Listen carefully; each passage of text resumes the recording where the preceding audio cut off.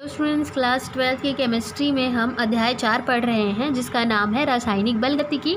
और इस अध्याय में आज का जो टॉपिक है वो है अभिक्रिया की कोटि, ठीक है, जिसको इंग्लिश में कहते हैं ऑर्डर ऑफ रिएक्शन। तो देखिए, अभिक्रिया की कोटि की परिभाषा क्या हो जाएगी। किसी रासायनिक अभिक्रिया में भाग लेने वाले अभिकारक अणु, परमाणु या आयनों की वह संख्या जिस पर अभिक्रिया का वेग निर्भर करता है अभिक्रिया की कोटि कहलाएगा। जैसे मान लीजिए यहाँ पे ए और बी दो अभिकारक हैं, ठीक है। अब यहाँ पे इसकी संख्या मान लीजिए ए वाले की 2 है और बी वाले की 3 है, ठीक है। तो इनकी जो संख्या होगी, ठीक है, इनकी संख्या क्या करेगी, अभिक्रिया के वेग पर निर्भर करेगी। और इसी को क्या कहेंगे हम, अभिक्रिया की कोटि कहेंगे, ठीक है। और अभिक्रिया की कोटि को n से प्रदर्शित करते हैं, n मतलब स्मॉल n, ठीक है। अब यहाँ पे अगर हमको अभिक्रिया की कोटि निकालनी हो तो देखिए, यहाँ पे 2 है और यहाँ पे 3 है, ठीक है। तो टोटल क्या हो जाएगा, 2 + 3 = 5, है ना। तो अभिक्रिया की कोटि क्या हो जाएगा, 5 आएगा। इसके अलावा एक और परिभाषा है, ठीक है। आप चाहें तो ये दोनों में से कोई एक लिख सकते हैं या फिर आप ये दोनों को लिख सकते हैं। तो दूसरा परिभाषा देखिए, किसी अभिक्रिया की कोटि उन घातों के योगफल के बराबर होती है जो दर समीकरण या इसी को क्या कहते हैं, दर नियम में सांद्रण पदों के ऊपर लगाई जाती है, ठीक है। अब मैं आपको बता देती हूँ सांद्रण पद किसे कहेंगे। ये है सांद्रण, ए और बी जो है सांद्रण, ठीक है। तो इनके ऊपर जो घात लगा होगा उसका योग क्या कहलाएगा, अभिक्रिया की कोटि। जैसे कि मान लीजिए एक एग्जाम्पल लेते हैं, माना अभिक्रिया है A + B + C, ये तीनों अभिकारक हैं, ठीक है। ये तीनों आपस में क्रिया करके क्या बनाते हैं, उत्पाद बनाते हैं। अब इनकी संख्या हम डाल देते हैं, जैसे कि मान लीजिए यहाँ पे P है इसकी, ठीक है, यहाँ पे क्या है, Q है और यहाँ पे R है, ठीक है। तो अब हम इससे दर निकालेंगे, अभिक्रिया दर, अभिक्रिया दर, ठीक है, -dx/dt। ये क्या है, तात्कालिक वाला है ना, तात्कालिक वेग, जिसको हमने पिछले वीडियो में पढ़ा है, तात्कालिक वेग और औसत वेग, ठीक है। तो औसत वेग में इस तरह का रहता है ∂x/dt, ठीक है, और तात्कालिक वाले में इस तरह का रहता है ना। ये माइनस इसलिए लगाया गया है क्योंकि अभिकारक की सांद्रता में क्या हो रही है, कमी हो रही है ना। हमने स्टार्टिंग में है अभिक्रिया की दर में परिभाषा पढ़ा था, जिसमें क्या पढ़ा था कि अभिकारक की सांद्रता में कमी और उत्पाद की सांद्रता में वृद्धि को क्या कहते हैं, अभिक्रिया की दर कहते हैं, ठीक है। तो यहाँ पे ये वाला फॉर्मूला है ना, बराबर क्या हो जाएगा, फिर यहाँ पे हम बराबर नहीं लेते हैं, पहले हम समानुपाती का सिंबल ले लेते हैं, ठीक है। समानुपाती क्या हो जाएगा, A बड़े कोष्ठक में, इसकी घात में क्या है, P, ठीक है। उसके बाद B के में क्या है, Q, ठीक है। उसके बाद क्या ले लेंगे, C, उसके में क्या है, R, ठीक है। अब इस समानुपाती के सिंबल को हटाने के लिए हम क्या करते हैं, स्थिरांक लगाते हैं, ठीक है। कौन सा स्थिरांक लगाएंगे हम, दर स्थिरांक लगाएंगे, ठीक है, जिसको किसे प्रदर्शित करते हैं, K से। और इसके बारे में हम अभी लास्ट वीडियो में ही पढ़े हैं, ठीक है। दर स्थिरांक को K से प्रदर्शित करते हैं। अब लिख लीजिए, A उसकी घात क्या है, P, B उसकी घात क्या है, Q, और C इसकी घात क्या है, R, ठीक है। तो यहाँ पे घातों का योग कर देना है हमको, ठीक है। तो क्या हो जाएगा, अभिक्रिया की कोटि, अभिक्रिया की कोटि n बराबर यहाँ पे क्या है, P + Q + R, है ना। तो इस तरह से अगर हमको कोई केमिकल रिएक्शन दिया होगा तो उसमें हमको इसी तरह से अभिक्रिया की कोटि को निकालना है, ठीक है। वो कैसे निकालना है हम अभी रासायनिक अभिक्रिया के द्वारा और डिटेल से समझेंगे, ठीक है।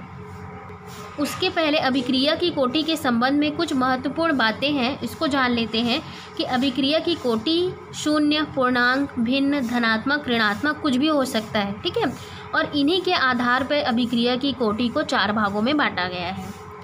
उसके बाद देखिए, अभिक्रिया की कोटि प्रायोगिक रूप से निर्धारित की जाती है। हम किसी भी अभिक्रिया को देखकर ये नहीं कह सकते कि वो कौन सी कोटि की अभिक्रिया है, उसका निर्धारण केवल प्रायोगिक तौर पर ही किया जाता है, ठीक है।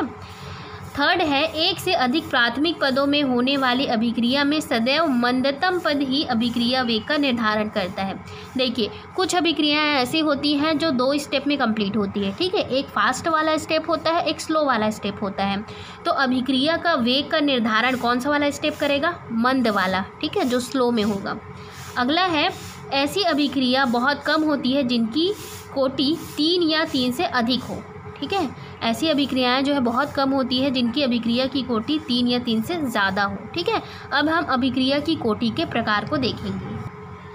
तो देखिए, अभिक्रिया की कोटि के प्रकार क्या क्या हो सकता है? शून्य कोटि की अभिक्रिया, प्रथम कोटि की अभिक्रिया, द्वितीय कोटि की अभिक्रिया और तृतीय कोटि की अभिक्रिया, ठीक है। हम एक एक करके सबके डिटेल्स को उदाहरण सहित समझेंगे।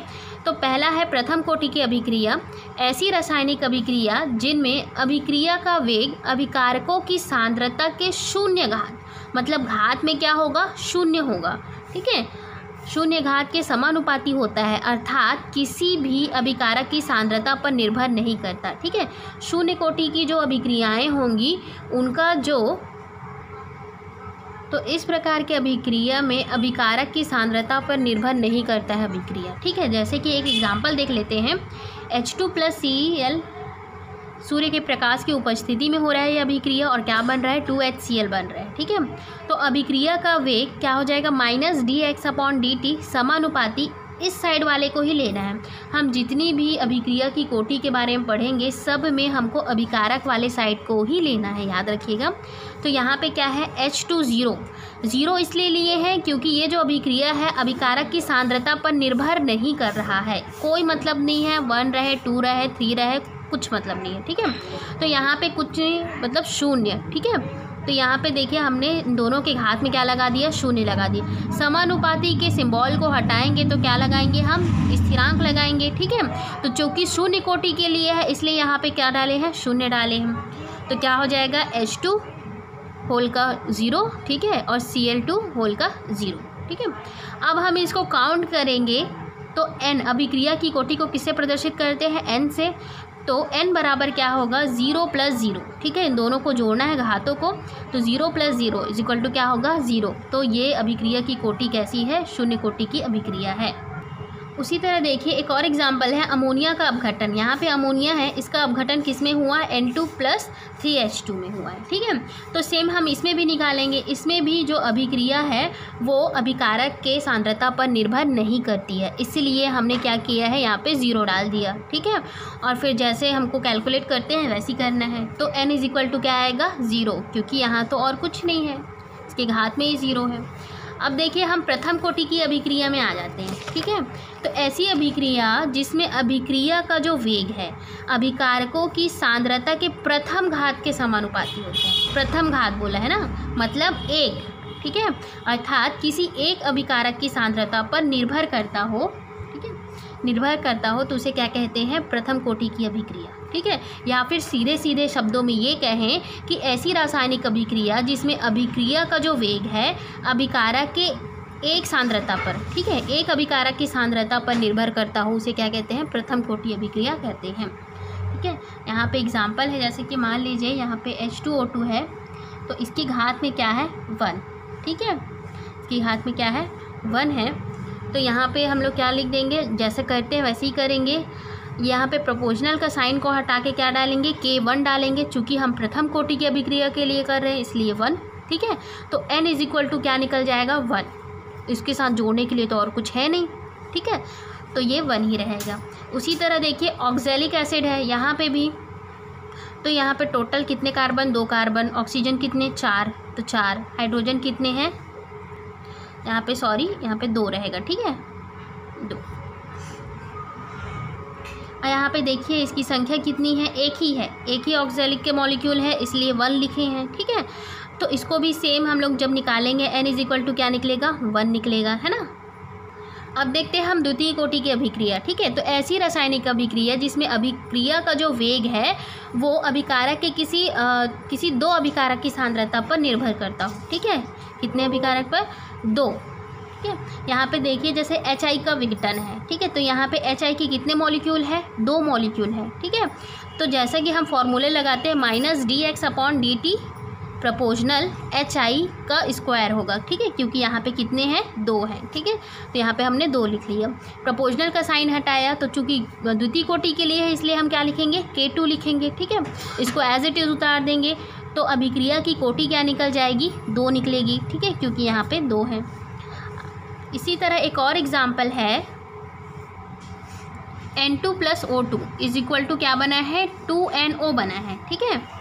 तो यहाँ पे देखिए अभिक्रिया की दर या वेग क्या हो जाएगा, -dx/dt प्रोपोर्शनल N2, ठीक है। N2 यहाँ पे कुछ नहीं, इसका मतलब क्या है, 1 है, ठीक है, तो यहाँ पे 1 लिख दिए।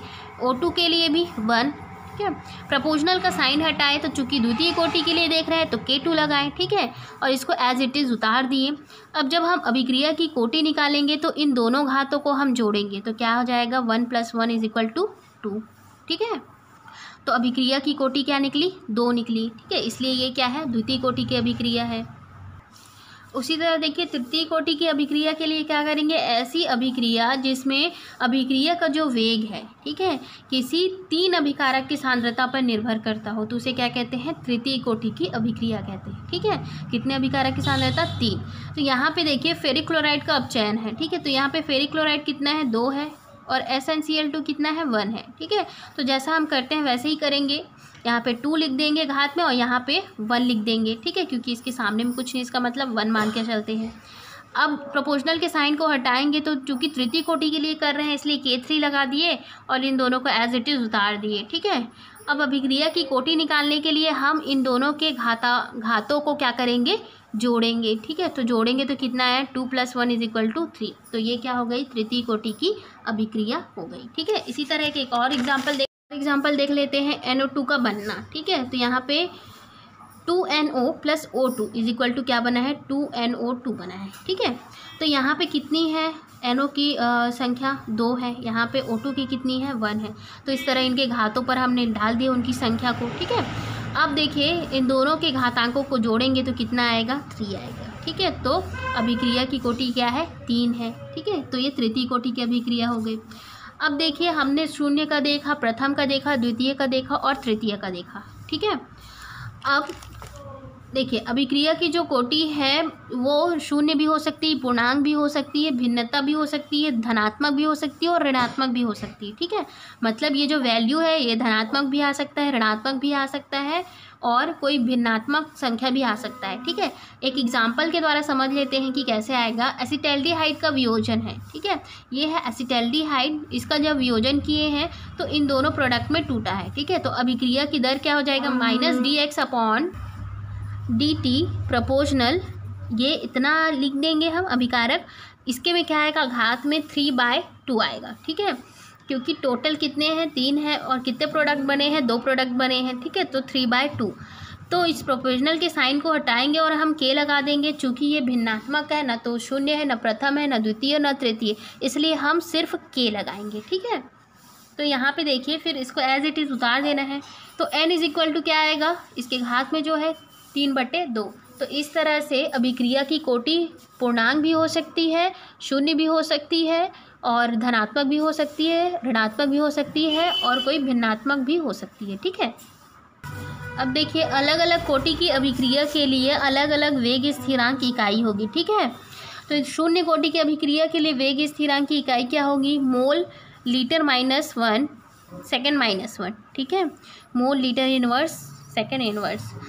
प्रथम कोटि के लिए इसी तरह सेकेंड इनवर्स, द्वितीय कोटि के लिए मोल -1 L S-1, ठीक है। तृतीय क्या हो जाएगा, मोल -2 L 2 S इनवर्स, ठीक है। तो इसको आपको याद करना है, इसके साथ साथ आपकी बुक में इसको निकालने का तरीका भी दिया गया है, तो आप उसको देख लीजिएगा, बहुत ही इजी है इसको निकालने का तरीका कि ये सब कैसे आया, ठीक है। और देखिए इससे संबंधित कुल 2 प्रश्न हैं, ठीक है, इसको करते हैं। इसमें पूछा गया है कि इसको पहचानना है कि ये कौन सी कोटि की अभिक्रिया है, ठीक है। तो हम इसकी इकाई को देखेंगे और हम इसको ये देख के बताएंगे कि कौन सी कोटि की अभिक्रिया है। जैसे इसमें इकाई दिया है, क्या दिया है, लीटर मोल -1 सेकेंड -1, ठीक है। तो यहाँ पे देखिए लीटर मोल -1 और सेकेंड -1 कौन सा है, यहाँ पे देखिए ये द्वितीय कोटि के में दिख रहा है, ठीक है। तो ये कौन सी अभिक्रिया है, द्वितीय कोटि की अभिक्रिया है। उसी तरह एक और क्वेश्चन है, K इज इक्वल टू दिया गया है 3 × 10⁻⁴ S इनवर्स, ठीक है। तो इसको पहचानना है कि ये कौन सी कोटि की अभिक्रिया है। तो ये दिख रहा है आपको प्रथम कोटि की अभिक्रिया है, ठीक है। तो इसमें क्या लिखना है कि यह जो है प्रथम कोटि की अभिक्रिया है, ठीक है। तो इस तरह से वेग स्थिरांक की इकाई के थ्रू हम अभिक्रिया की कोटि को पहचान सकते हैं। तो आपने अभिक्रिया की कोटि देखा जिसमें आपने अलग अलग प्रकार देखे, ठीक है। इन सभी प्रकारों को लिखना है और इसके साथ साथ आपको इसके उदाहरण को भी लिखकर समझना है, ठीक है।